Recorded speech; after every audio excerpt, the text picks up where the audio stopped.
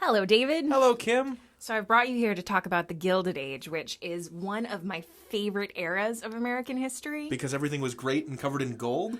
No, because it is the only era of American history I can think of that has a sarcastic name.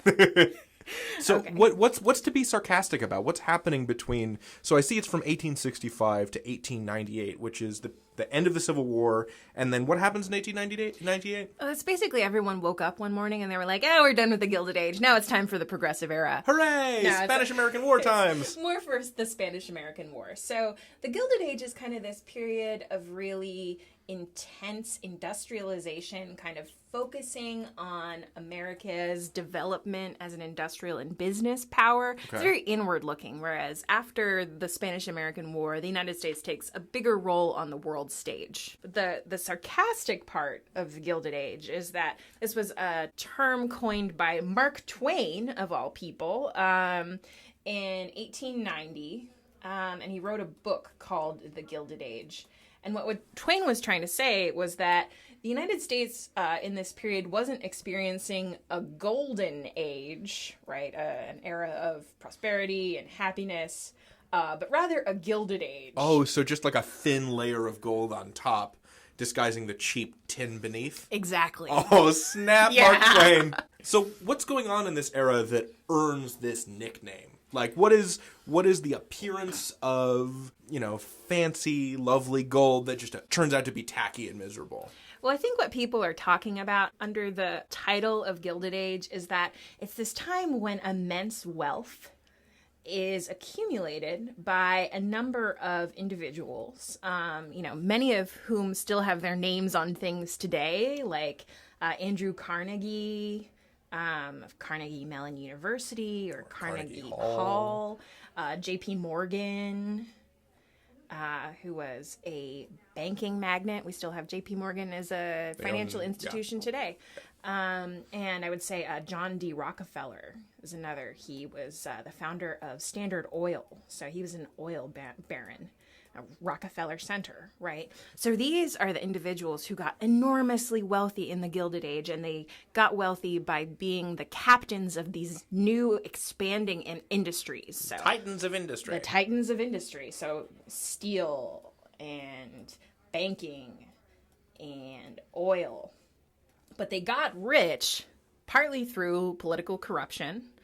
So one of the less than savory parts of the Gilded Age is that a lot of this was done through political kickbacks, bribing of officials, bribing of the Vice President of the United States. Wait, whoa, what? The bribe the Vice President?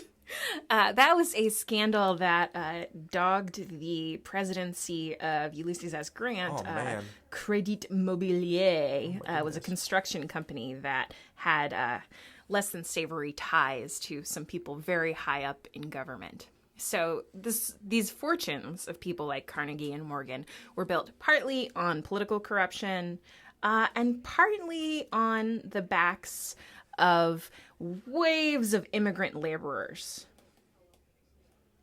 Like my ancestors. And so, during this time period in the eastern part of Europe, in the southern part of Europe, there were political eruptions. There were just general poverty, especially in Italy. And in Russia, there were a number of pogroms, which sent Russian Jews out of Russia, and they came to the United States. And, they came from very bad situations. So what they came to was a little bit better, but it wasn't much better. Which is how they all ended up living in this one apartment in Lower Manhattan, as you've detailed in this, a Jacob Riis photograph, right? Okay, so Jacob Riis was a photographer in the 1890s, and he went around the Lower East Side of Manhattan basically just photographing what he called how the other half lives. And by the other half, he meant immigrants, the poor, who were living in the Lower East Side of Manhattan, which at that time was the most dense section of humanity on Earth. And you can see here that this is a photograph from a tenement that he took a picture of. And what is a tenement? So tenements were these apartment dwellings, which kind of sprang up often in the backyards of other normal buildings, but they were sort of hastily constructed. They had many rooms in them. They weren't up to fire code. I'm not even sure there was a fire code. Most of the rooms didn't have windows or electric lighting or ventilation. Well, sounds like a great place to live. One thing but does it have curb appeal, Kim? There's some pictures that can show you no. Most of them were next to giant rotting heaps of garbage. Oh, boy. One of my favorite things about the story of Jacob Riis is that he was a pioneer in the field of photography because he used flash photography. So, you've seen in old movies those flash bulbs that go off, right? Because that was the only way he could get these apartments to be... Because there was no lighting in there. There's no lighting in them, so you couldn't take a picture of them without light. So he brought his flash camera, and he regularly set things on fire in these apartments as he was trying to document what life was like. So this is a photograph by Riis called 5 cents a spot. And so you paid 5 cents a night to live in this apartment. And if you count here, there's 1, 2, 3, 4, 5, 6. I think this is somebody else's legs. 7. Did I get everybody?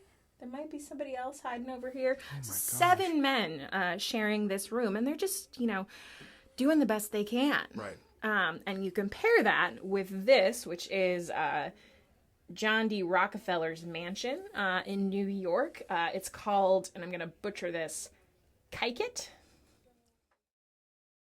So the real question of the Gilded Age is, how is it that some people get so wealthy while some people are incredibly poor? Sure. And whose responsibility is that, right? At one point, so J.P. Morgan decides he's going to buy out Andrew Carnegie. He buys him out for more than $400 million. He loans money to the U.S. government. So he is like the single biggest creditor to the U.S. government. At that point, who has more power? The federal government or J.P. Morgan? So we're really talking about the clash of like two great and terrible energies, right? Like this immense wealth and this immense deprivation. Yeah. And how do they play out? We'll get to that in some more videos.